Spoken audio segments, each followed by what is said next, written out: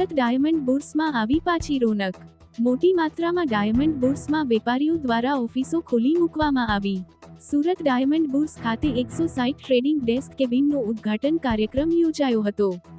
લાલજીભાઈ પટેલ, ગોવિંદભાઈ ધોળકિયા, અરવિંદભાઈ ધાનેરા, નાગજીભાઈ સાકરિયા, આશીષભાઈ દોશી અને શ્રી મનીભાઈ જીવાણી ઉપસ્થિત રહ્યા અને ઓફિસો શરૂ કરનાર વ્યાપારીઓને અભિનંદન પાઠવવામાં આવ્યા હતા। DD report Surat.